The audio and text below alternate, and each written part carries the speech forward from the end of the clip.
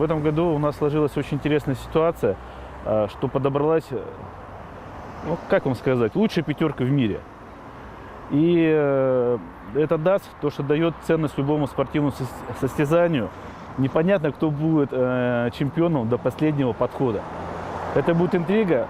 И на фоне экстремальных весов, побития мировых рекордов, я не знаю, что будет. У меня чувство разрывает, когда же наконец это наступит, и я смогу это лично увидеть. Начнем с становой тяги. Беляев Андрей, это трехкратный чемпион, да, победитель турнира «Битвы чемпионов». Феноменально сильный спортсмен, это легенда российского пауэрлифтинга. Но в этом году ему будет очень сложно, потому что 5 человек равных по силе.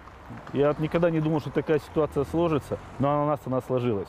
Тоже будут с Америки 2 представителя, это Брэндон Касс, Алексей Мельченко. Будут очень сильные наши спортсмены, это Александр Абухович.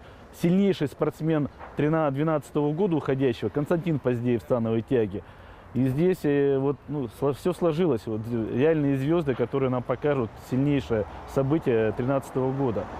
В отношении жима лежа, здесь мы будем очень горячо болеть за Кирилла Саровича. Он выступает за город Архангельск, побеждал в 2010 году, побеждал в 2012 году. Самый сильный спортсмен в жиме лежа в России, в Европе.